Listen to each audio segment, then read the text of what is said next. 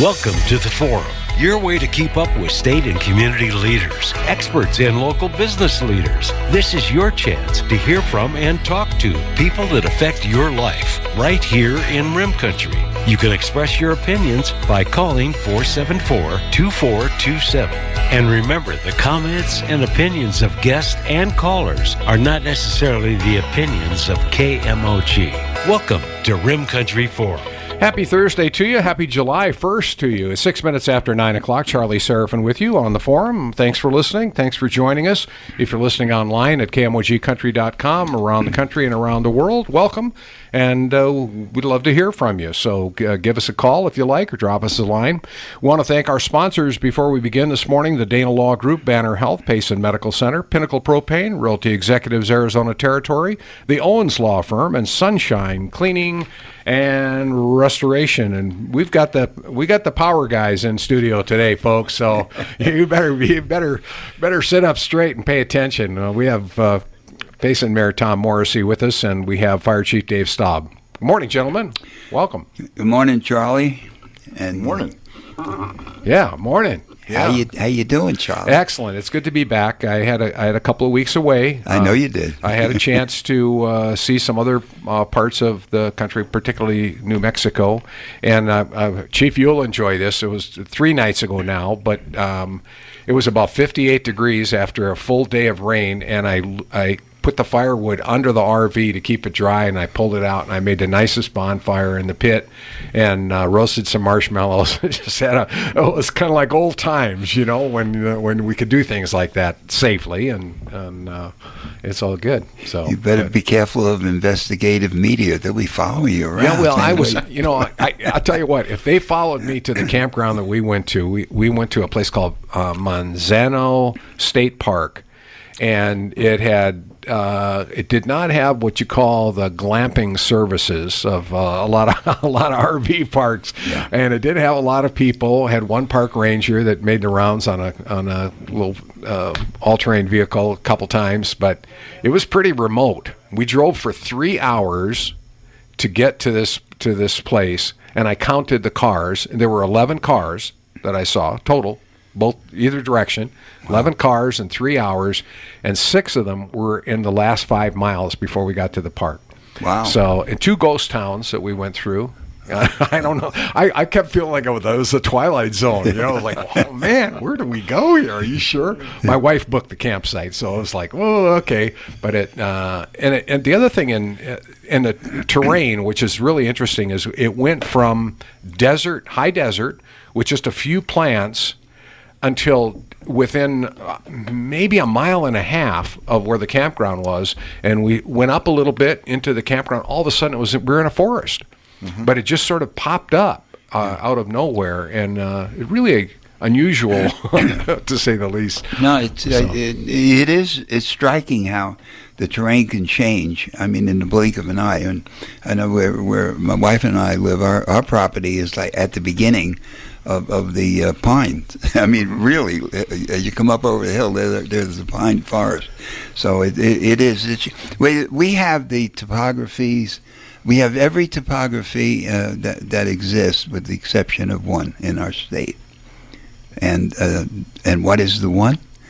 The ocean. Yeah, the ocean. So, everybody knows that. Yeah, it's an incredible realization when you drive around, and if you're really paying attention, you can see it change. Yeah. My wife likes to do that. Oh, look, those trees are. She's listening now. She's going to be mad at me because I brought it up. Yeah. But it is. We live in a spectacular place. I mean, we do. Really, we are really blessed, and with a lot of spectacular people. Which we're going to talk about the 4th of July and the schedule and the celebrations and the rationale behind it. But we'll go back for just a second, if we can, and talk about how this community came together to help the people of Pine and Strawberry during the Backbone Fire. Chief, obviously you saw some of that. You saw the coordination of the relief efforts, and your guys were intimately involved too. What kind of a grade would you give the Payson Fire Department? We always give the Payson Fire Department an A, so that's an easy one to answer. Our folks stepped up from the fire department side. I'll tell you, our folks stepped up and made sure there was enough staff. We had folks filling out the incident management team for the town, doing roles that they're aware of, they know how to do, but isn't their normal job duties. But the one thing I like about Rim Country is, at some level, everybody here belongs to Rim Country, regardless of which neighborhood or community or municipality they live in. At some level, we all live in Rim Country, and we all live here for the same reasons, pretty much. And so to support each other is not difficult. So yeah, and I want to just dovetail on that, or segue, whatever word. Our warming center stepped up and did an incredible job with sheltering, feeding. They became a place, especially as the days progressed. They became a destination for a lot of people, and they've only been around for 2 years, and they have really blossomed into a centerpiece in this town. When an emergency happens, they're there, and I want to tip my hat, of course, to Emily and Skylar Bryce, who really are the ones that manage it and provide the food, but also to the Mount Cross Lutheran Church, the congregation and the board of directors. They are incredibly supportive of this, and this is a very noble mission that they conduct. And once again, they did it again during the fires. So. Yeah. They just are incredible, and I've got to tip a hat to the firefighters, to our fire department, and I mean they keep us safe, and they keep us calm, because we have confidence in their abilities, to go forward and do what's needed to be done.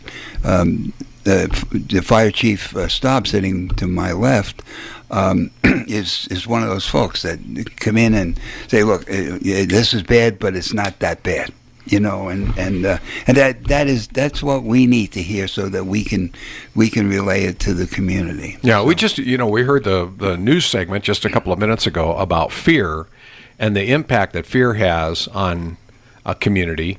And we are still in an extreme drought situation. We're in a high fire danger situation. We've had a little bit of moisture. Hopefully we're going to get a lot more, and a little bit at a time, every day for a couple of weeks, and we knock that warning down just a little bit. But the fear is manifest, and if you have a couple of people that are really afraid and they make a lot of noise with their fear, then that affects a lot of other people. And then you have when the mayor walked in this morning, he said, we have to talk a little bit about the controversy of the 4th of July fireworks. And I thought, well, I don't know if that's an appropriate word, if it's really controversial, because there are some people who are really afraid, but they're not the technical experts who are involved in the decision making. No, that's true, and that's why we're here. And the chief will explain what is in place and why the decisions that we make, we go forward with these things, or we don't. But the fact is that we will not put the town at risk. We will not put the town at risk, folks. So, and the 4th of July, it embodies, the 4th of July embodies a boldness that this country was founded on. And I'm afraid that boldness is going away, because people have been living in a protective bubble for a lot longer than I think is healthy for our country. But sometimes you got to take a risk. You have to express the spirit of the country, and you got to stand up. And we're in times, we're going through some never experienced before times, like with the pandemic and with the challenges that our country faces. So at times like this is when we need to stand up, and we need to express who we are and why we got to be who we are. And I won't use what we got to grow. I can't use it on the air, but it takes that, and there's a certain reliance that we have to accept, and we have to allow our experts to do their job. And and they've done a great job. We're still here. Payson is still here after all we've experienced over the last couple of years. And here we are. And it's thanks to our experts, people that know what they're doing.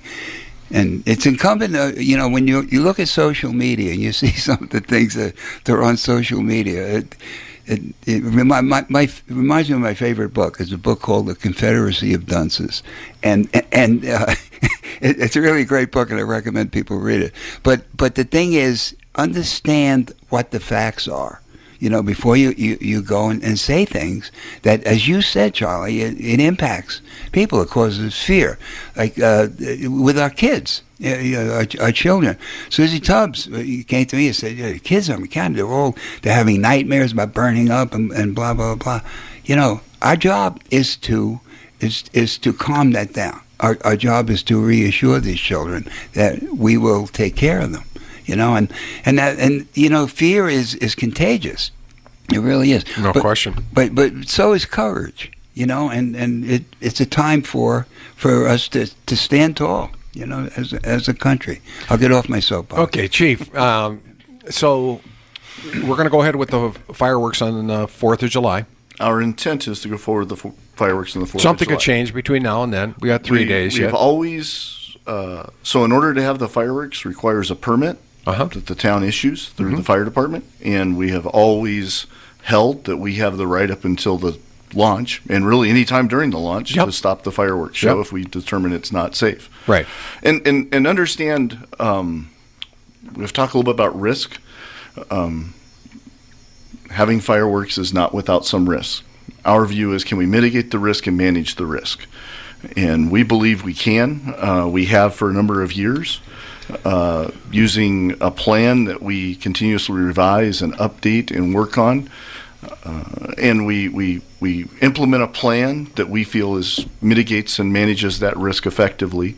And so we have typically allowed it to go on throughout droughts and pleasant seasons. The one exception probably to that was the pandemic, which obviously had other issues we felt we couldn't mitigate. Yeah, you can't put people together at that time where you were told that you couldn't. Compare the risk of personal fireworks, bottle rockets, firecrackers, things people are setting off in the yard, or they come up on for the weekend in the forest, God forbid. Compare that to a professionally managed fireworks display. Well, first of all, personal fireworks in Payson are never allowed. And they're never allowed on the Tonto National Forest or any national forest.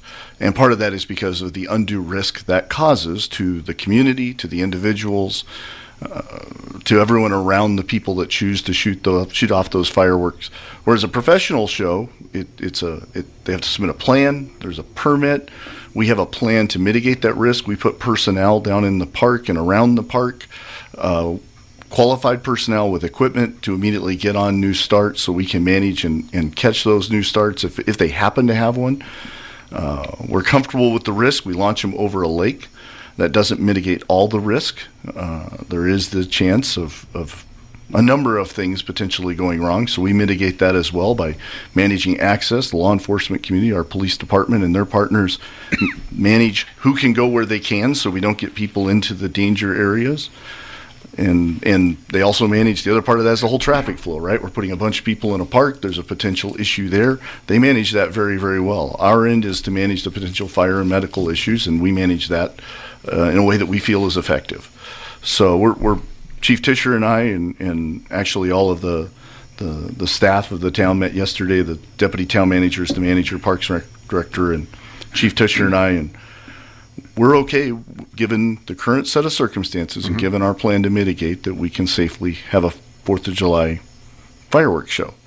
That doesn't mean something can't change, and we will respond, and we continuously evaluate that.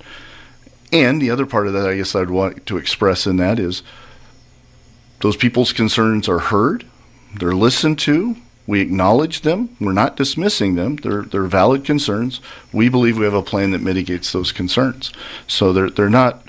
A little bit different between the fear and the concern, because I think some of those concerns cause fear. Fear is an emotion. Concern is a fact, right? I'm concerned about you doing something. I'm concerned about you using private fireworks and hurting yourself. That's a concern. So I think that those concerns are valid, and we listen to those. We're not dismissing them. And the other part of that I would say that maybe lends itself to the comment of controversy is not everybody in the community has that same opinion. And we have people that have reached out and contacted us about please go forward with the fireworks show too. So it's not one-sided, and it's not us going against the community's wishes. It's us trying to manage the risk and trying to put forward a program that hopefully allows people to come together and celebrate something that we haven't been able to do in about a year. So yeah, we hate to think that there is a political element to it. We hate to think that, but given the world situation right now and what we've experienced in our country, there just may be, because we have members of Congress and other officials that are not comfortable with the American flag. They don't want to see that on certain vehicles, and we're flying other kinds of flags at embassies, and we're doing a lot of kind of what would be considered normally in a normal time frame unpatriotic things. That's kind of like the new vogue, the anti-American sentiment. And you hate to think that there is anybody in our town who would not want to have a 4th of July fireworks celebration because they don't want to acknowledge the 4th of July. Well, you're talking to the right guy, okay? Our flag and what our flag represents is a lot of blood that was spilled so that these folks can have the opinions that they have about our country. Now, nothing's perfect, and I'm not saying our country hasn't been perfect, but as sure as all hell has been as close to perfect as any nation has ever been in the history of man. So when people feel that they don't agree with things, they disagree with history and all that, my advice to them is go live somewhere else. Go try life in other countries that do not have or guarantee the freedoms that we're guaranteed in this country. And anybody that lays their life on the line, be it a first responder, and include the police and of course the firefighters in that, or the veterans that have gone forth, and those who have gone out to war and not come home, and the families of those people, they deserve the respect that is inherent in what some people might call patriotism. But there's nothing that'll make me stand up in a crowded room and somebody attacks our flag, our tradition, or our country. And I'm not alone in that, Charlie. And the thing is, the people that feel otherwise, need to stay away from people like me. Well, we had a call, but they lost patience. If you want to join the conversation, you have a question or a comment for Chief Staub or Mayor Morrissey, 474-2427. We'll have more after this.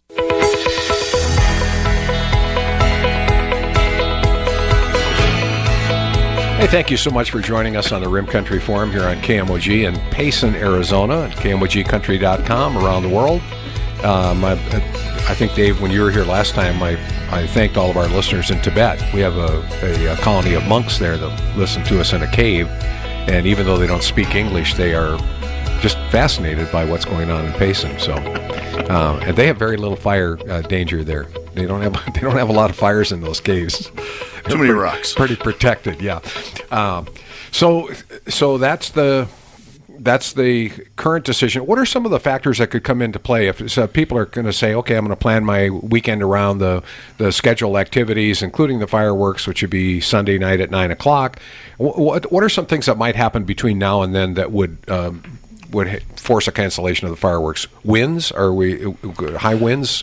So probably the things that would most threaten us would be a wildfire starting. Okay. And the thunderstorms bring lightning, which starts wildfires, and I'm quite certain our Tonto National Forest folks are probably chasing down some starts this morning from the storms we had yesterday. It's entirely expected, and they plan on that, and they deploy for that. I think. And how do they is it satellite imagery, or how do they know where, when the tree falls in the forest, if there's nobody there? If a lightning strikes in the forest and there's nobody there, how do they know that there's a fire? So, while we use some really interesting technology like they used on the Backbone fire with UAVs and such, predominantly the techniques that are used to spot fires in the forest are pretty close to the same ones we've been using for 100 years. They have lookout towers that are staffed with very caring, competent folks who have a really good understanding of distance and such, and they spot those smokes as they come up. They will do flyovers of the forest at least once a day, sometimes twice, where they'll look certain areas, like in the areas where we had fires, they'll specifically put a plane up to look for things. And then a lot of times it's just people noticing it and calling 911. So all of those things go into effect. We do have some satellite imagery and a few other things, but that tends to be a little late in the game for us to be notified. So that's pretty much how the Forest Service still does it. They deploy in strategic locations with their resources where they think the starts may happen based upon watching the storms, and then when they see a smoke, they go out after it, and they try to catch it small like we always do and put it out during this time of year. Yeah. Okay. Well, sorry to interrupt. So that would be if there was a wildfire somewhere in our area, then that would require that all the resources have to be focused on doing what's right to make sure that we contain that and that we don't have damage, and that's totally logical. Which is and the second reasonable. part of that is obviously if we don't have the resources that we feel on the day of that we'll be able to safely manage and mitigate the risk, then we'll certainly cancel the fireworks show. We'll do all the other festivities as we feel safe to do so, but the resources is a driving factor. We put a lot of resources down in that bowl to make sure that everybody stays safe. So obviously wildfire has two effects, right? It potentially impacts the safety of the community, but it also takes away the resources we need to safely mitigate that risk. Right. Those are probably the two biggest. There's probably a number of others as we think about them. The rain the last couple of days is great, and we certainly welcome it, and we want it to continue, as you mentioned, but it's not the only factor. It's not uncommon on the 4th of July in Arizona to be hot and dry. And if you follow Gary over at the Forest Service, he sends out notices all the time if you get on his email list, and he talks a lot about rim country in the late part of June heading into July. This is usually about the 1st of July is when we start getting some rains, but we also get a lot of dry thunder and lightning in there, and it puts us at a lot of risk. So this year, we didn't get a lot of dry thunderstorms. There was a few. We think that's kind of what started the Backbone Fire. We know it was lightning. It was a pretty dry storm over there. But most of the rains we've had here this week have been very wetting rains, and that helps us out. The humidity comes up. That helps us out. So all of those things happen, and that makes things better for us. So There you go. Somebody's trying to track you down. I think so. Sorry about that. No, that's okay. We're happy that you're on the job. And what's funny is my phone's off, so it's not even supposed to come through. But anyway. Okay, so one of the other things, and this is the most obvious, the majority, at least the statistics that I've seen, the majority of the fires that we've had in Arizona over the last couple of years have some kind of human component to them, whether it's people dragging chains or people with fire, shooting and hitting a metal target and sparking a fire, or campfires unattended, or illegal campfires, or that sort of thing, or just arson. Some goofy people out there that want to start a fire. And the 4th of July the rim country is a magnet for people from the valley on the 4th of July. We know that traffic is coming through here, and that's one of the risk factors, I assume, as well, is the human element. It is. One of the things that we consider made the decision was how many communities were not doing fireworks. And when we checked around, we found out that while there's been some very vocal communities that have chosen to not do their fireworks, there is an overwhelming majority of communities that are planning on moving ahead. So that's a good thing, because it keeps those people closer to where they're. Yeah, one of our concerns is if we were the only place doing fireworks, then an overabundance of people would come here, and that's not, that just increases the risk. It's part of mitigating our risk and managing it. So we did consider that. We reached out to a number of communities. The City of Phoenix has very vocally said they're not doing theirs. City of Flagstaff, Springerville. However, there's a number of other communities that are probably just like us that are, we're going to manage this risk day to day and evaluate, and we're moving forward. So overwhelming majority yesterday when we went through and checked are actually planning on moving forward. So that gave us a little comfort that we won't have everybody from the deserts coming up here. So they won't have fireworks in Maricopa County, and they won't have fireworks in Flagstaff. Now you've got me back on. Hold on. Whoa, stop. Okay. I didn't say Maricopa County. I said the City of Phoenix. The City of Phoenix. Are there other communities in Maricopa? Almost every other community in Maricopa County is doing them, including places within Phoenix. Just the City of Phoenix is not doing theirs. Okay. So there's fireworks at the Diamondbacks game, City of Scottsdale, Goodyear, Avondale, Peoria, Surprise, Yeah, there are Mesa, I believe, is having some. Tempe. There are a number of communities in the valley. Most of them, an overwhelming majority, are having their fireworks. So Phoenix is not Maricopa County. The city of Phoenix is one municipality within Maricopa County. Did you talk to them about the rationale of why they're not doing the fireworks in Phoenix proper? We didn't. I'm thinking that there's probably a number of very good reasons why they chose to do that. They still have expressed some concerns with COVID and a few other things down in the city of Phoenix. So, we didn't. Okay. I don't have to push that one, but I'm just going with the politics again, and I think it plays a role. It's unfortunate. I know that, Chief, you're apolitical, so we're not going to put you on the spot. But I'm not. You're not, yeah. And you have to look at the leadership of the different municipalities, and that's reflective of a political philosophy, which is reflective of a certain paradigm that people embrace, and they're in leadership. They're there, and they have the power to make the decisions, and rightly so.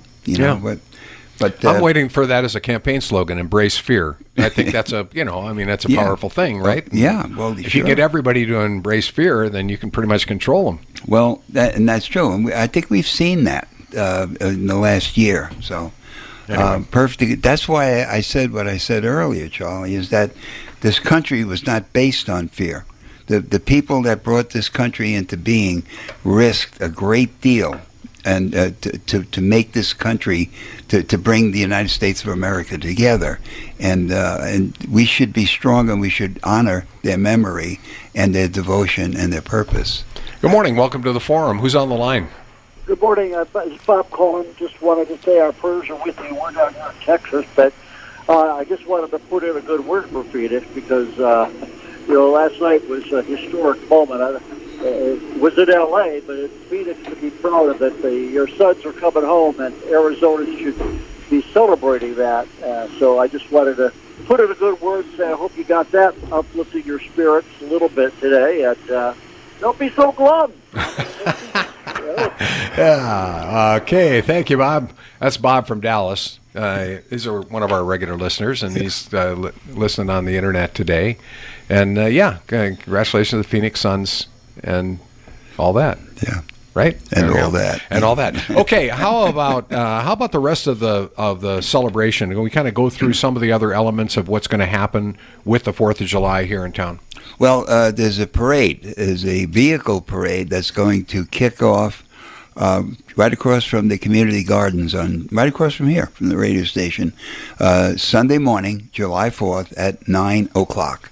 I'm told that the parade route will not involve either 87 or 260, and that's going to be a remarkable achievement if they can. It's going to pretty much model what we did with the Christmas electric light parade. Now, unless that's changed since then, but they expect to have, a lot of, I don't know what the number of vehicles, but Troy Smith, town manager, and myself will be in a vehicle. We'll probably be in the number 2 vehicle. Is it Saturday or Sunday? Sunday, okay. July 4th, Sunday morning at 9 a.m. Okay. And people who want to participate in that, is it all organized and closed, or did you have to register in advance, or can you show up with a car full of flags and be part of the parade? If you're carrying a flag, you can be in the parade. There you go. Okay. The American flag. Okay. Yeah. Boy, just the fact that we even have to bring that up. Yep. Well, okay. One of the other things, anything else on the 4th or the celebrations, Chief? So some of the normal festivities, they're having the band before the fireworks in the evening there in the amphitheater, and then Saturday night with the normal Concert in the Park series, they're doing a special Concert in the Park for this. There's going to be some food truck vendors and some other vendors. I believe there's some kids' activities planned as well.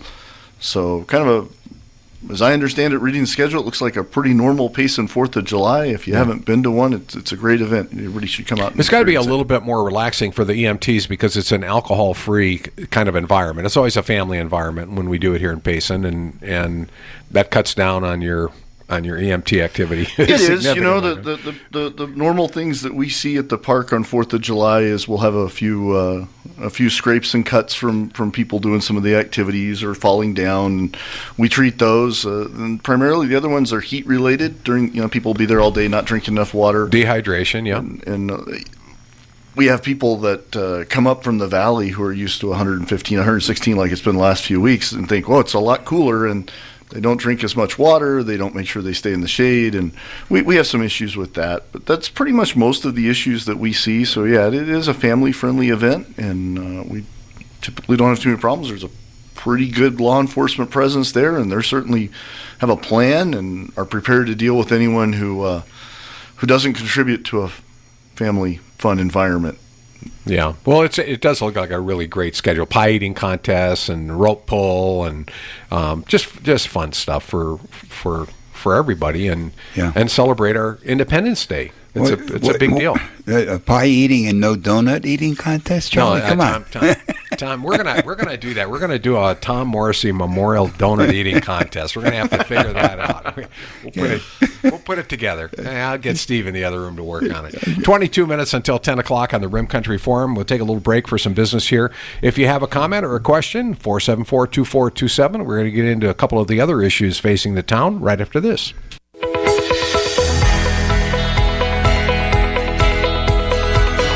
It's KMOG and the Rim Country Forum on the 1st of July, 2021. Boy, that just is... I was going to say time flies when you're having fun. Time flies whether you're having fun or not, folks. That's the way it goes sometimes. It's 20 minutes until 10 o'clock, and thanks so much for joining us this morning. We have Payson Mayor Tom Morrissey and our Payson Police Chief Dave Staub in studio. And we've been talking about the 4th of July. I want to switch gears a little bit if we can, Mr. Mayor, and talk about the chamber. We've heard that there are a couple of proposals. The chamber contract is up. Today's 1st of July. Yep. So it's up right now. They've operated the visitor center for some time on Main Street in a building that belongs to the county. Yes. And but there's some talk about maybe changing that up and doing something different. Well, the whole thing with the chamber is the chamber has been doing a very, very good job with as a greeting center, and their other function is with the business community. But I'm speaking about the welcoming center, the Payson Welcoming Center. They've done a great job. They've been in a fight, if you want to equate it to a fight, equivalent to having one hand tied behind their back and trying to accommodate, especially in this past year with the pandemic. It has really been a challenge. So the ideas started to come up. How do we improve this? How do we make it more effective? How do we make it more efficient?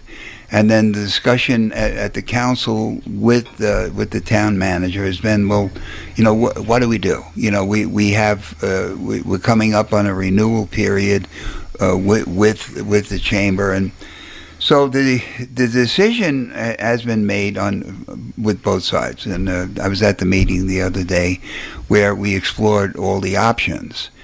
So where we are at now is the town manager is putting together an agreement not to exceed 1 year, where we will transition from the way it's being run now, the greeting center, and the way it's being managed now and produced by the chamber. It will transition to the town. Now, whether or not it stays in that building, which is probably one of the top real estate places in the town on Main and 87, whether or not it stays there or it moves to the park, to the Parks and Rec building, is something that will be decided. But what we will be doing is transitioning. Now, my feeling is, let's don't rush this. Let's do it gradually so that we don't really interrupt the services and we don't miss an opportunity that might be there to adjust, and move on. But I give a tip of the hat to Brenda Case and the chamber board for really doing a great job, and the volunteers mainly, the volunteers that came in and continue to come in, even under situations that are less than very situations that could be not happy, and things like that. But the main thing is it's been a job well done by them. But our town is in transition. Payson has to move with the times. That doesn't mean that we have to sacrifice our culture, but we have to be able to accommodate what the world is like now. And I think that's the thing that's driving this entire action. Yeah, it's one of the things that the way the world is now is it's really hard to get volunteers, and the hours of the chamber are limited in good measure, because there's some awesome people, and they've been doing it for a long time, and they show up every day, and they're very conscious. Well, the days that the visitor center is open, but it's really hard to get people, particularly in this environment. I mean, and all you have to do is go through all the retail stores in town and look, and everybody's got a help wanted sign up. Yeah. And it's not just in Payson, folks. It's across America. Yeah. The whole world, this shift, this political shift that has taken place has really affected the American workplace in a way that none of us, I don't think, could ever have imagined. Well, that you're just starving for, unemployment rates high, but you've got everybody's looking for employees, and nobody wants to go to work. Well, I think that's changing as they adjust the different welfare aspects that is changing, and I think that'll change it somewhat. But to your point, Charlie, it's true. Not only is it lack of volunteers, it's lack of adequate parking. Yep. It's lack of bathroom facilities, and things like that. And that's why I say the chamber, they've been fighting a fight with one arm tied behind their back, and they've managed to keep this thing up and running. And I'm very impressed with that. But on that same note, I mean, we have to make it more efficient. We have to make it more workable, because that's making it more efficient and effective. And that requires a change, and that change is at hand. But the main thing is how that change is executed. The thing is, you don't want to give them 2 weeks and say, well, okay, in 2 weeks we're not ready, the town's not ready to do it. It's not fair to them.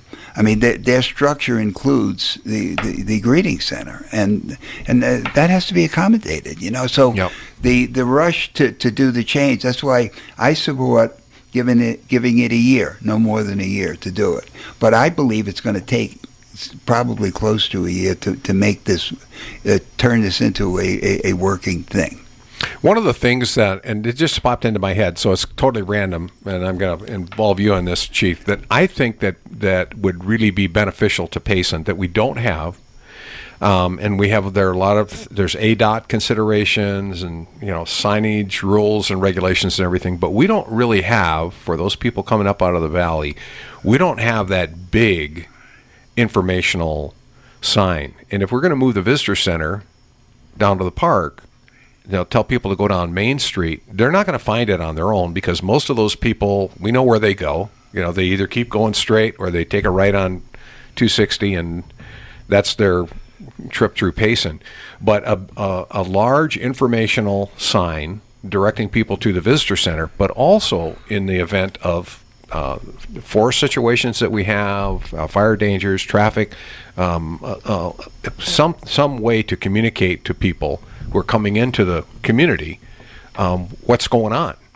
And to me, I think that would be something that the fire department might support, because it would be like, okay, we can reach a large number of particularly people outside the community real quickly. I think we recognize there's a need for some informational signage. If you look at the sign as you come out of Fountain Hills coming up 87, that's a really useful sign for folks coming up. I think another one could be very useful for folks, and I think I would agree with you. If you want people to go down Main Street, you're going to have to give them direction down Main Street. But I think that can be done a number of different ways. But imagine getting people to turn off Main Street instead of driving through. what that would mean. Yeah, it's going to create there's an upside and a downside. There's no question to it. You're gonna affect some residential areas and some people who are not looking for the traffic.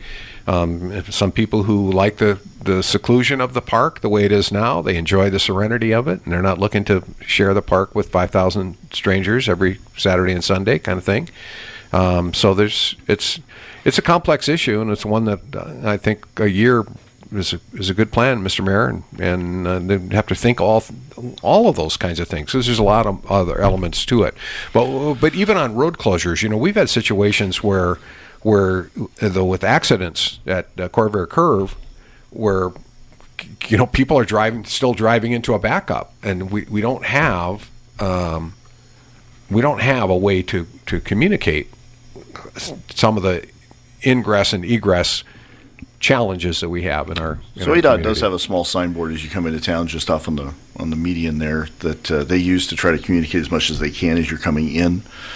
You're right, there's not one going out, though. And the other side to the loss of serenity is the ability to get people to stop and spend some time in Payson and figure out why we all enjoy living here. So there's two sides to all those issues. Yeah, there is. Well, there's also the idea of developing Main Street, to making Main Street into a real Main Street. And I think that's part of what drives the issue of driving down Main Street, to the greeting center. But as Chief said, as you raised, Charlie, there's we have to look down the road. You have to look down and see what the consequences, unintended and otherwise.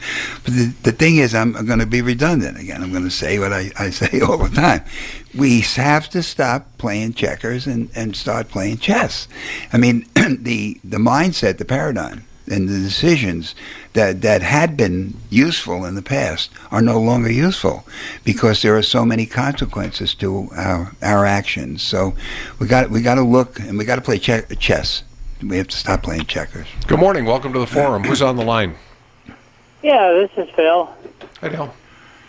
Yeah, I just turned my radio on, so I don't know what's been talked about or not. But is there any chance of putting like a, I don't know if you call it, if electronic is the right word, but when you're driving on the highway, it'll have little quibs about the speed and all that kind of stuff. Is there any chance of putting like a banner up when people come into Payson that describes a wildfire or something? Yeah, that's exactly what we were just talking about. And the complexity of it, Dale, is that ADOT controls all that real estate on either side of the highway. And so it's a state project, but the good news is, that's the bad news. The good news, Dale, is that both these guys here in the studio, they if they get a hold of somebody at ADOT, they're more likely to listen to them than they are if it was you or me. So if we get the chief and the mayor on board to look at that kind of thing, I think I'm guessing you're agreeing with me that I think it's a good idea. We need some better signage, right? Well, I'm sorry for bringing that up, but I just turned my radio on, and if you've already discussed that, I'm sorry about that. No, you just put an exclamation point on it, Dale, and not to be sorry at all. Appreciate your call. Thanks for listening this morning, and the show always starts at 9 o'clock, so you can join us a little earlier tomorrow. We have Common Sense Friday coming your way, and that's always a lot of fun. We're going to take a real quick break for a little bit of business, and when we come back, we've got some other local issues that we'll get into right here on the Rim Country Forum. Oh, yeah, there we go on the Rim Country Forum, not paying attention, and on a sidebar, and then end up in the music, which is coming up at 10 o'clock this morning, the Diner with Brandon Iron. We'll be happy to do that. Good morning. Welcome to the forum. Who's on the line? Good morning. This is Bob. Hi, Bob. Hi. Just a comment on the tourism and the chambers and everything. I was actually in charge of tourism. I was president of our organization for over 25 years in a town that almost mirrors Payson. We were a road that comes right into our town. They had to go through us, and they're always going somewhere else. And in the day, you could do all the color brochures you want and everything, but that's gone. I mean, you got to get. And as far as billboards, you've got a limited amount of words you could put on there that people can absorb. So it's got to be super short, and you need to drag them in. So what you're dealing with it's complicated. Yeah, no question it is. But especially with ADOT. I was actually up in the Upper Peninsula of Michigan, and it's like God's country there. And Payson is almost the same as far as the trees and everything. So everything in there is like mirrored. But what the mayor's trying to do and everything, it's a boatload. And you don't have city council working with city, and there's so many people that are so involved. It's I don't think the normal person that hasn't seen this understands it. Yeah. Well, you're the first Youper that I've talked to this week, so I want to tell you that. Well, thank you. At least I'm not a troll. which are the people that live under the bridge. Thank you for your call. I appreciate it. It is complex, Mr. Well, it is. I mean, nothing. It seems like nothing in today's environment is simple. I mean, but the thing is, we have to be more visionary. The other ingredient that I call for all the time, and I say this all the time, is transparency. If everybody understands, and the transparency involves messaging and things like that, but if we all understand what the issue is, who's doing what, why are we doing it, when will it be done, what's it going to cost, and so forth and so on. If we know all the facts, as many of the facts that we do, we can then generate a dialogue. And usually when we have a problem, we have a challenge, then people that bring it also bring a solution or two or three. And that's what we need to be. We need to be talking more with each other, not at each other. Okay, that's a perfect transition, Mr. Mayor, because that's the next question I want to ask you about. Before I left to go on vacation, I was under the understanding that the town was in discussion with the MHA for the construction of a community center. Right. And then I came back and I saw a map, and now the MHA is building a park. But the community center disappeared from the map number 1 into map number 2, and there's a little footnote at the bottom that said, well, that'll be somewhere else. That'll be built somewhere else. So it doesn't appear that the primary function of the discussions in the beginning was to create a community center. And the park is superfluous to that. It's just that's an environment around it.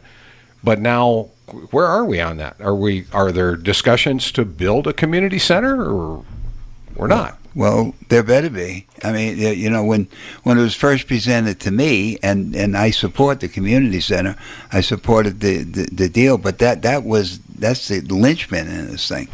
So as we go forward, but the thing, in all fairness, Charlie, I know that where they were originally going to put the community center, it became non-feasible, because of challenges in terrain and servicing it and getting what they needed into the foundation.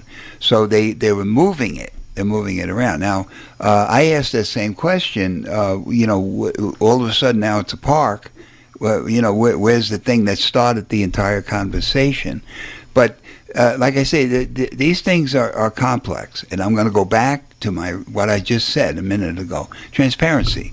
Let's get everything out on the table. And I know I've seen the newspaper ads, page 2 and 3, and they're pretty much in detail. But the thing that cannot be left out of this conversation has to be the thing that started the conversation, the community center. That is when the community was polled, they were asked, what is most important to you? And we went through a complete exercise in that, and the community center came up as number 1. Now, when I went out in front on this thing, I went to the Tea Party. I went into the belly of the beast and to the major opposition, and in order to generate a discussion, what does the community feel? And we had a pretty good turnout. Almost 100 people came to that meeting. And you took a lot of flack for it too, for saying, what are you doing dealing with the MHA? Right? Yeah. Okay. And and the thing is, let's honor the past. My wife likes to say this: honor the past, live in the present, and plan for the future. The only thing we have is the present. Now we can't go back and fix the past. But the thing is, if the community wants a community center, then that's what we have to be focused on, a community center. Mm-hmm. Now, the parks thing we're lacking, supposedly in the general plan, we're lacking parks and things like that. But no, we got to go back to the original concept, the community center. And I asked everybody in the room, I said, raise your hands, people in here who feel that the community center is the greatest need in the town. And about half the room raised their hands. Then I said, raise your hands if you feel that preventing a catastrophic fire is the major issue in this town. Everybody raised their hands. Sure. So, it's a but, to go back to what we originally started with is what's necessary. All right. Let's go one more call. Good morning. Welcome to the forum. Who's on the line? Good morning. This is Lynn. Hi, Lynn. I just encountered something kind of strange. I called DES, and I pushed all the prompts, and I pushed number 7, which is adult services. And somebody came online, recording, said, this person is not available. They haven't set up their voicemail yet. For adult services. I thought that was kind of strange. So who do you contact if you know of an older couple that needs some help, daily activities? Good question. The DES said that they don't. Adult protection services. I was the inspector general for DES after I retired from the Marshal Service for 11 years, and at that point in time, adult protective. Unless I'm missing what you're saying, adult protective services. That was their job to monitor and.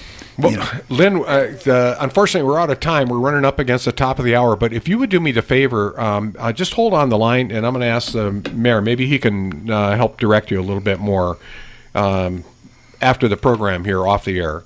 The other thing we forgot to mention, guys, and I'm just remiss in this, is the importance of July 5th. You all know what the importance in America of July 5th is, yes? No. One of the biggest things in history of the world, really. July 5th, 1946. Ringing any bells? It's when the bikini was first introduced. Now, that's important stuff, and when we completely neglected it. I know nothing about that. Thanks to Sunshine Cleaning and Restoration, the Owens Law Firm, Realty Executives Arizona Territory, Pinnacle Propane, Banner Health, Payson Medical Center, and the Dana Law Group. Thanks so much for listening this morning. We hope you'll join us again tomorrow morning. It's Common Sense Friday. It returns on the radio right here on KMOG. Payson.